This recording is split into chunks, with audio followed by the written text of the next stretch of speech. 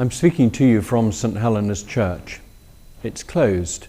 You'll know about the closure of churches across the island and now across many parts of the world.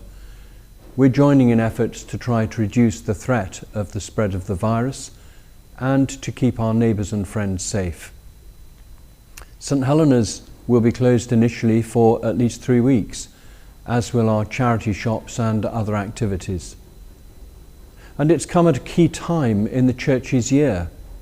We're in Lent. Mothering Sunday is next. Palm Sunday, Holy Week, times when we want to gather together, not stay away from each other. I've been thinking about biblical examples of when people have chosen distance and isolation from society and other people. Elijah fled twice for his safety, and he survived alone in the wilderness, fed once by ravens and another time by an angel. Jesus, as we know from the Gospels, went off by himself 4 times for prayer and for quiet. It's one thing to choose isolation and distance and silence, but when isolation is forced upon you, it feels negative and compulsory and uncomfortable. For those who live alone, it takes away key moments of fellowship and company. At the moment, we have to accept what we must do for the sake of us all, and we must find new ways of drawing together during this time so that we can continue to be faithful to our calling of Christian worship, of care for each other, and be a Christian community. So we will use in these weeks phone calls, emails, the church website to keep in touch.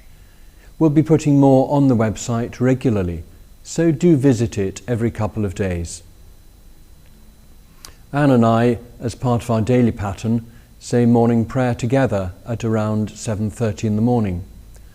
From today, we'll also gather together and spend 10 minutes praying at 6 o'clock in the evening for our community of St Helena's and all living in and around the district of Larnaca.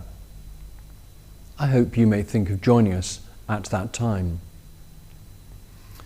I'm going to close with some favourite verses of mine. They come from Isaiah chapter 12.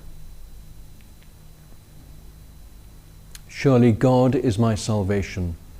I will trust and will not be afraid. For the Lord God is my strength and my might, and has become my salvation.